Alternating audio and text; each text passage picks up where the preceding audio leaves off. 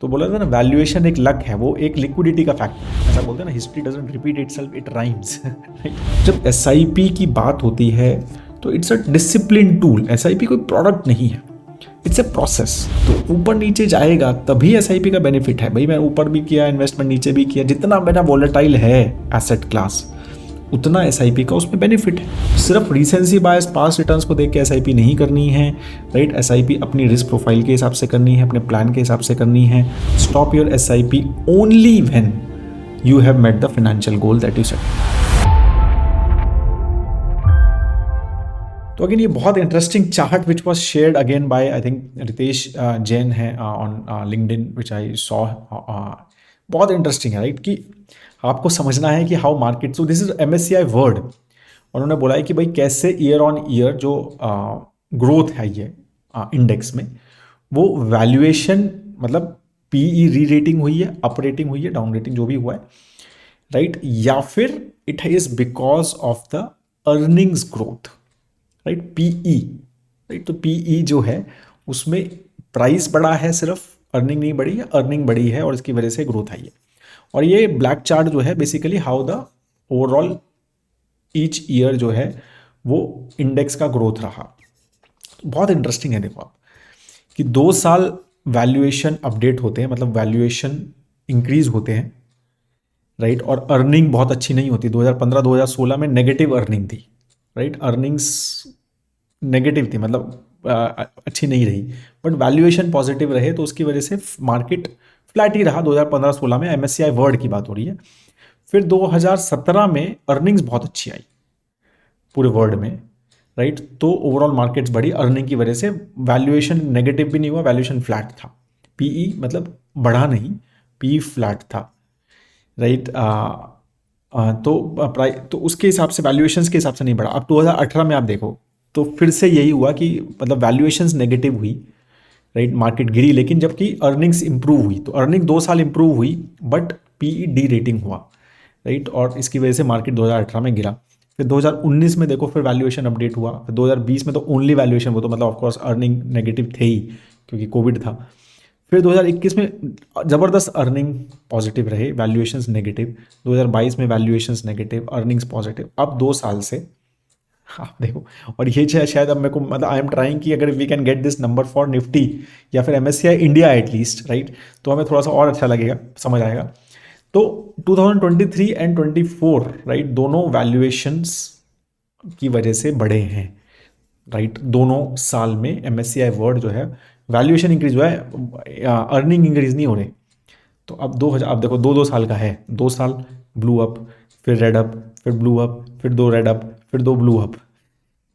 तो अब earning growth अगर 2025 में आई, राइट, तो we can expect, right, markets to grow. That's what I think. अगर वो नहीं आई, राइट, तो फिर हमारा ये नेगेटिव थॉट प्रोसेस, मतलब इस तरह का थोड़ा बहुत चीज़ें रह सकती हैं कि हमें नेगेटिव वो चीज़ें देखने को मिल सकती हैं अगर अर्निंग ग्रोथ इस साल नहीं आई। तो मैं ये कह रहा हूँ कि ये इस तरह के भी इंटरेस्टिंग चार्ट्स रहते हैं, right. I just wanted to, मतलब मेरे को बहुत इंटरेस्टिंग लगा कि ये वैल्यूएशन की वजह से कितना ग्रोथ आया मार्केट में और कब अर्निंग की वजह से ग्रोथ आया। तो बोला था ना, वैल्यूएशन एक लक है, वो एक लिक्विडिटी का फैक्टर है।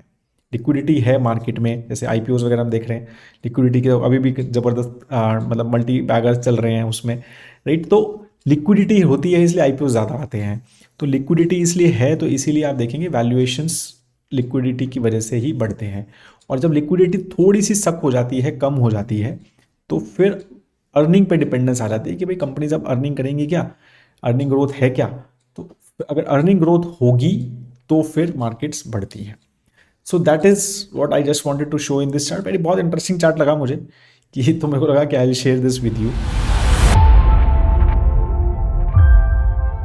तो ये फंडोमीटर में अगर हम जाएंगे कैटेगरीज में, बेसिकली ये पेज मुझे बहुत पसंद है, राइट। कभी किसी को मतलब समझना है ना, मतलब कि कैसी चल रही है मार्केट, तो this actually is very very good, मतलब एक पेज है ये, जो हमें काफ़ी अच्छी इन्फॉर्मेशन बेसिकली देता है ओवरऑल कि भाई अलग अलग सेक्टर्स भी क्या कर रहे हैं, अलग अलग लार्ज मिड स्मॉल कैप का परफॉर्मेंस कैसा है, राइट, और किस तरह के ट्रेंड टिपिकली मार्केट में रहते हैं। जैसे हम बोलते हैं ना, calendar returns are always better to see, right, हमेशा ऐसा बोला जाता है। तो ये थोड़ा सा ही उस तरह का नंबर्स देता है। तो अगेन अब 2024 एंड हो गया, तो मेरे को लगा कि एक अच्छा इंटरेस्टिंग नंबर आ जाता है ना, 2024 का ऐड हो गया है। तो यहाँ पर एक हमें 8 साल के एक ये कैलेंडर रिटर्न्स दिख रहे हैं एक कैटेगरी एवरेज परस्पेक्टिव से, ठीक है ना। तो अब आपको क्या दिख रहा है, लार्ज कैप में 14.8% का ग्रोथ हुआ 2024 में, ओवरऑल लार्ज कैप, ठीक है, जिसमें अब सब कुछ है, राइट। निफ्टी 100, निफ्टी नेक्स्ट 50 भी है, राइट, निफ्टी 50 भी है, राइट, और लार्ज कैप इंडेक्स भी हैं, और लार्ज कैप इंडेक्स भी हैं, और लार्ज कैप एक्टिव फंड्स भी हैं। फिर लार्ज एंड मिड कैप ने अच्छा किया 21%, मिड कैप 23, राइट। तो flexi cap, mid cap, small cap 27, 26, 27%, ठीक है। तो 2024 एक काफ़ी अच्छे नोट पे बंद हुआ है। सिर्फ एक बैंकिंग सेक्टर येलो कलर है, सिर्फ उसने 10% से कम के रिटर्न दिए, राइट, अगर हम सेक्टर वाइज देखें। और एक थीमेटिक एमएनसी भी जो है उसने एक 15% से कम रिटर्न दिए हैं, राइट। अगर आप देखेंगे बाकी 15% से रिटर्न कम सिर्फ एक लार्ज कैप ने दिए हैं और एक एमएनसी ने दिए हैं, राइट। बाकी तो ये डेट है, फिर तो मतलब सब डेट में चले जाओ आप, ठीक है। तो हाइब्रिड ने भी सबने रिटर्न्स अच्छे बेसिकली दिए हैं। तो हम इक्विटी पे फोकस करते हैं। तो अब अगर आप देखोगे तो मेजरली 2023-24 में एक, अगर हम फ्लेक्सी कैप कैटेगरी जिसमें मतलब बोलते हैं कि नॉर्मल भाई सब इंक्लूडेड है, multi cap flexi cap type में, तो एक काफ़ी अच्छे रिटर्न्स दिख रहे हैं, राइट। कि मतलब 20-25 रिटर्न परसेंट यहाँ रिटर्न आ गए, 20-25% रिटर्न यहाँ आ गए, राइट। तो एक 2 साल अच्छे रिटर्न्स हैं। तो अब हम देखें इससे पहले कब हुआ, इससे पहले भी ये 2020-21 में हुआ। यहाँ पर देखो, यहाँ 15% रिटर्न और यहाँ 40% रिटर्न, अगर यहाँ 15, यहाँ 25-26। तो फिर उसके बाद कैसा साल रहा 2022, ये देखो आप कैसा रहा। ये लाइट येलो कलर, या लाइट येलो कलर मतलब 5% से टिपिकल 5-7% से कम रिटर्न्स, या 10% से कम रिटर्न्स। और फिर ये 1.6 ये सब रिटर्न्स हैं। तो ये -1 से मतलब -2 से +2 टाइप के रिटर्न्स हैं, राइट। तो ये थोड़ा सा डार्क ऑरेंज टाइप। सिर्फ फार्मा और हेल्थ केयर नहीं, फार्मा हेल्थ और टेक्नोलॉजी नहीं 2022 में बहुत खराब रिटर्न दिए थे, बट उन्होंने भयंकर रिटर्न दिए थे 2020 में, राइट। तो वो मेरे को लगता है कि वो वहाँ पर थोड़ा कॉम्पनसेट हुआ था, राइट। और बैंकिंग फाइनेंशियल ने 2022 में अच्छा किया था। वो अगेन क्यों, क्योंकि 2020 में उन्होंने बहुत खराब किया था। तो आप देखो ना कैसे वो कॉम्पनसेट हो जाता है, राइट। कैसे मतलब चीज़ें कितनी बढ़िया तरह से कॉम्पनसेट हो जाती हैं, देखो आप, ठीक है। तो अब क्या दिख रहा है, राइट। अब ये दिख रहा है कि भाई 2 साल अच्छे रहे, यहाँ पर भी 2 साल अच्छे रहे। तो ये जो 2025 है ना, क्या ये 2022 जैसा रहेगा क्या? अब ये क्वेश्चन है। अब आप ये देखोगे, देखो ये थोड़ा सा और हम पीछे चले हैं, तो ये 2019 था। तो यहाँ पे अगर आप देखोगे तो थोड़ा सा ये 2022 से बेटर था, राइट। यहाँ पर ये इस तरह की ये वाला जो डार्क ऑरेंज कलर है, थोड़ा सा नेगेटिव वाला ऑरेंज कलर है, तो ये इतना नहीं था, राइट। ये थोड़ा सा येलो ज़्यादा थे। अब एक 2018 भी हुआ है, वो भी 2017 बहुत अच्छे हमारे रिटर्न्स थे। 2017 के बाद 2018 वॉज लिटिल बैड, मतलब रेड कलर बहुत ज़्यादा दिख रहा है। तो अब मैं आपको सिनारियोज बता रहा हूँ कि 2022 जो है ना एक बेस केस है, राइट, 2025 का, कि 2022-25 में क्या ये 2022 रिपीट हो सकता है। ऑफ कोर्स मेरे को नहीं लगता कि सेक्टर फार्मा और टेक जो है इतने बुरे करेंगे, बिकॉज इतना अच्छा परफॉर्मेंस भी नहीं था उनका 2020-21 जितना अब की बार, ठीक है। तो इतना बुरा नहीं होना चाहिए होपफुली। वो चीज़ है। फाइनेंशियल सेक्टर में डू डिसेंटली वेल, क्योंकि उसके लास्ट 2 साल के रिटर्न जो है मेरे ख्याल से सभी चीज़ों मिला के सबसे ख़राब है। तो होपफुली थोड़ा सा बेटर होना चाहिए, मतलब एक्सपेक्टेड ही है। तो ये जो है ना 2022 जो है ना ये बेस केस है मुझे लगता है 2025 का, कि इस तरह के रिटर्न्स आएंगे या तो, ठीक है। और थोड़ा अच्छा रहा अगर चीज़ें थोड़ी सी पॉजिटिव रही, वही इन्फ्लेशन वगैरह कंट्रोल में रहे, यूएस की इकोनॉमी वगैरह सब चीज़ रही, डोनाल्ड ट्रम्प की थोड़ी सी दया रही, मतलब ठीक ठाक से उन्होंने किया चीज़ें, तो 2019 जैसे टाइप का मेरे को लगता है एक थोड़ा सा एक गुड केस है, बेस्ट केस है। गुड बेस्ट तो नहीं बोलूँगा, बेस्ट और वर्स्ट तो किसी को पता नहीं है, राइट। तो बट एक गुड केस जो है ये है मेरे को लगता है 2025 का, राइट। और एक बैड केस जो है वो 2018 है, राइट।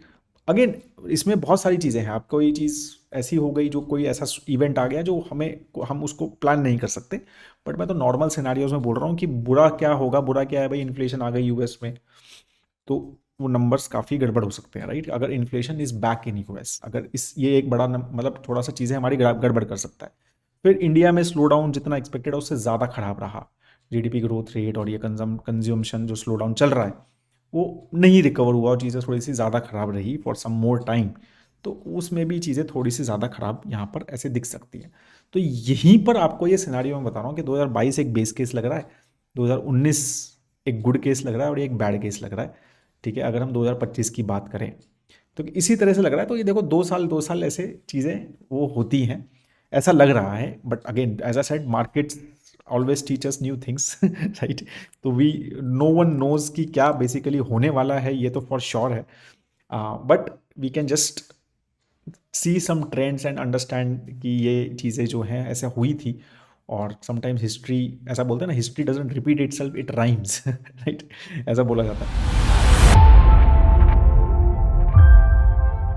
राइट। अब बात करते हैं नॉलेज सेक्शन की। तो नॉलेज सेक्शन जो है वो इसी के ऊपर है। आई थिंक हमारा एक अभी पूना में भी सेशन हुआ था, और आई थिंक काफ़ी ज़्यादा इस चीज़ की डिस्कशंस बीच में हुए थे, because of few comments from some influencers and some big fund managers कि एसआईपी बंद कर देनी चाहिए क्या, राइट, कि एसआईपी को रोक देना चाहिए क्या।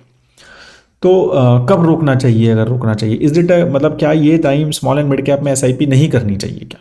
क्या इतने ज़्यादा वैल्यूएशंस हाई हैं क्या एसआईपी, मतलब स्मॉल एंड मिड कैप के, कि हमें एसआईपी करनी ही नहीं चाहिए क्या? 20 साल तक एसआईपी के रिटर्न्स नहीं आएंगे क्या, राइट? तो ये क्वेश्चंस काफ़ी ज़्यादा रिटेल इन्वेस्टर्स के दिमाग में हैं, राइट।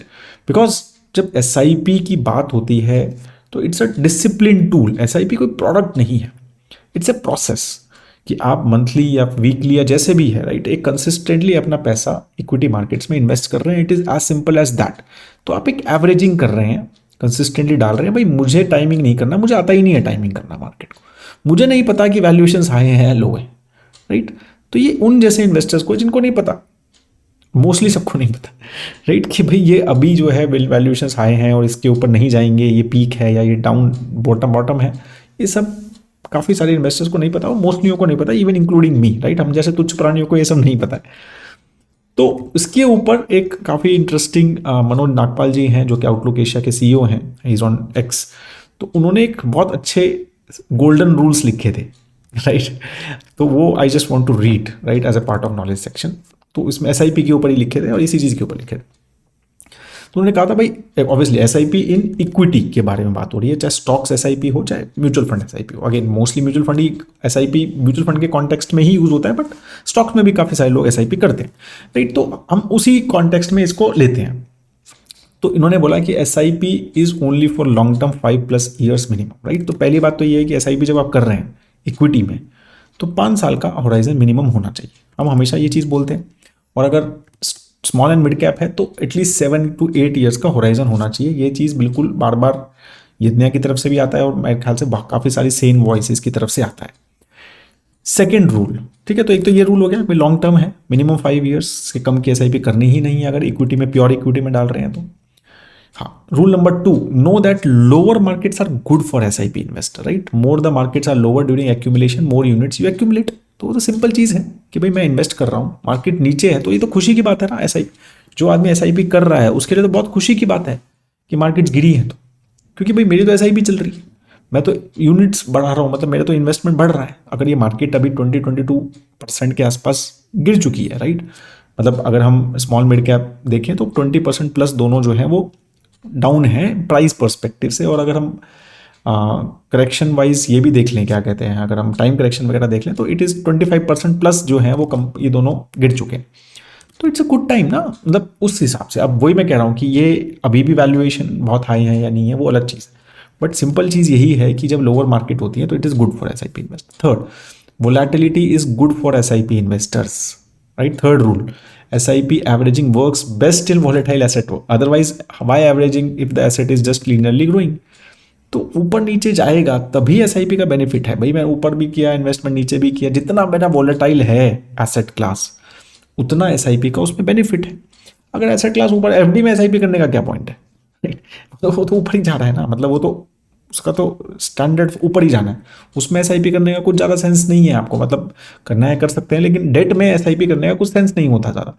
SIP का मेन बेनिफिट ही वॉलेटाइल एसेट क्लास में, और इक्विटी एक बहुत वॉलेटाइल एसेट क्लास है, तो जितना वॉलेटिलिटी रहेगा वो उतना अच्छा रहेगा। Rule number 4, don't stop your SIPs when markets go lower, right. जो विच कि मार्केट्स गिरी हैं तो SIP नहीं रोकनी है, right. Remember you are a buyer and lower prices make sense for you, right. तो अगर आप सामान खरीद रहे हैं, कोई चीज़ सस्ती मिल रही है तो आप सामान खरीदना बंद थोड़ा करते हो, अरे यार सस्ती मिल रही है तो सिंपल चीज़ है ना, उस टाइम तो बाय करना ही है, राइट। तो ये चीज़ है कि डोंट स्टॉप ये SIP। बहुत सारे लोग इस तरह से करते हैं कि, और ये हम देखा भी है कि SIP काफ़ी सारे लोगों ने बंद की है लास्ट जनवरी के जो नंबर्स आए हैं म्यूचुअल फंड्स के, राइट। और तो ये चीज़ थोड़ी सी बड़ी लगती है कि please this is not the time to stop SIP at all. मतलब आप SIP कर ही इसी समय के लिए रहे हैं जब मार्केट 15-20-25% गिर रहे हैं, आप कर ही इसीलिए रहे हैं, राइट। अगर मार्केट बढ़ ही रहे थे और तब SIP कर रहे हैं तो फिर SIP करने का पॉइंट ही नहीं था, फिर तो आप टाइमिंग कर रहे हो ना मार्केट को, आप टाइम नहीं करनी है आपको। Rule number 5, don't stop your SIPs or over allocate when markets go higher, right. जब मार्केट ऊपर जा रही है तो ओवर एलोकेट भी नहीं करने, तब भी SIP स्टॉप नहीं करनी। SIP is an instrument that de-risks timing. If you try to time SIP then better do lump sum. Market ऊपर जा रहा है, लाइक 100 से 120 चला गया, तो क्या पता है 140 चलिए, आपको 120 पे लग रहा है कि अच्छा खासा रिटर्न आ गया, चलो स्टॉप कर देता हूँ SIP, नहीं 140 चला गया तो बेसिकली हमें टाइम नहीं करना, दैट इसीलिए तो SIP कर रहे हैं। अगर हम मार्केट को टाइम ही करना है तो लमसम सबसे अच्छा है। भाई मुझे अगर ये पता है कि ये बॉटम है तो सबसे अच्छा है कि लमसम डालो, अगर मुझे पता है कि अब टॉप है तो सबसे बढ़िया है निकालो। बट द प्रॉब्लम इज कि किसको पता है ये, राइट। वही मैं कह रहा हूं कि मैं तो लास्ट मार्च में भी बोल रहा था कि मार्केट्स प्रीमियम पे हैं, उसके बाद 25-20-22% बढ़ गए थे जुलाई अगस्त तक, राइट। तो पॉइंट यही है कि you just never know, no one knows the peak and no one knows the bottom. क्या पता कल बॉटम था, कल परसों बॉटम था, क्या पता किसी को, या फिर राइट। तो अगेन और हो सकता है कि 10-15% और गिर जाए, किसी को नहीं पता, राइट। तो SIP कर कौन रहा है, हम SIP कर ही इसलिए रहे हैं क्योंकि हमें मार्केट टाइमिंग नहीं करनी है, इसीलिए मार्केट ऊपर जा रहा है तब भी नहीं रोकनी, नीचे जा रहा है तब भी नहीं रोकनी SIP basically. Rule number 6, don't invest any asset just because of past returns. SIP in the asset class where your advisor feels is part of your risk profile in financial, right. तो इसलिए नहीं है कि भाई return अच्छे थे इसलिए SIP कर ली, भाई डिफेंस फंड आया था, डिफेंस फंड में SIP कर ली क्योंकि रिटर्न्स बहुत अच्छे थे, राइट। या फिर PSU में SIP कर ली क्योंकि लास्ट 2 साल से भी PSU में SIP कर ली, भाई उसमें बहुत अच्छे रिटर्न्स थे। नहीं, don't do that please, right. कि सिर्फ रिसेंसी बायस पास्ट रिटर्न्स को देख के SIP नहीं करनी है, राइट। SIP अपनी रिस्क प्रोफाइल के हिसाब से करनी है, अपने प्लान के हिसाब से करनी है। स्मॉल एंड मिड कैप में मेरी रिस्क प्रोफाइल मेरे को सूट करती है, मेरे गोल्स मेरे को सूट करते हैं या नहीं करते हैं, तभी उसमें देना है। Large and mid, otherwise large mid small, मतलब किसके हिसाब से, आपकी रिस्क प्रोफाइल के हिसाब से आपको ये चीज़ें लेनी चाहिए। आपकी रिस्क प्रोफाइल आपको अलाउ करती है then you take that allocations, otherwise you don't take that allocations. Rule number 7, right, last जो रूल उन्होंने बोला है, when to stop your SIP, the last and most important rule, stop your SIP only when you have met the financial goal that you set for, right. कि जब आपको लग रहा है कि यार मेरा फाइनेंशियल गोल पास आ गया है, मेरा फाइनेंशियल गोल ऑलमोस्ट कंप्लीट है, राइट, तो मैं अब जो है उसको you can stop your SIP at that time, that is the only time you stop your SIP। Don't stop SIPs because of external factors like markets trying to time investment or some market guru warning you to stop your SIPs or you will go bust, right. So this is what about it, right. तो please आप जो है ये सब factors, ये सब चीज़ें चलती रहती है मार्केट्स में, बियर मार्केट आती है नीचे गिरती है, मार्केट ऊपर गिरती है, दैट्स हाउ इट इज़। जब मार्केट 40% बढ़ी थी तब भी हम मतलब खुश थे ऑब्वियसली, बट हम कंप्लेन नहीं कर रहे थे, राइट। तब हम ये नहीं बात कर रहे थे कि यार SIP कम करें या बढ़ाएं या कैसे करें, तो ये सब मतलब SIP को बंद करें, mostly people were not talking about, now people are talking about SIP बंद करने का, तो ये सेंस नहीं बन रहा है, राइट। तो इसीलिए SIP का पर्पज ही यही है, डिसिप्लिन, तो इसलिए उसमें I think we should not change. तो that is what I just want. तो ये काफ़ी इंटरेस्टिंग उन्होंने अच्छे से 7 रूल्स लिखे थे, तो मेरे को लगा कि मैं शेयर करता हूँ, मेरा भी कुछ था ऐसा दिमाग में कि इस तरह से आपके साथ कुछ शेयर करूँ, तो ये काफ़ी अच्छे से उन्होंने एक्स पे शेयर किया है। Thought I will share that with you as part of knowledge section. I hope that आपको ये लाइक लगा है अच्छा आपको, तो if you have liked it please like the video, share with family and friends and अपने social media and अपने groups वगैरह में शेयर कर सकते हो, that will be great. Have a great time at दोस्तों, जय हिंद।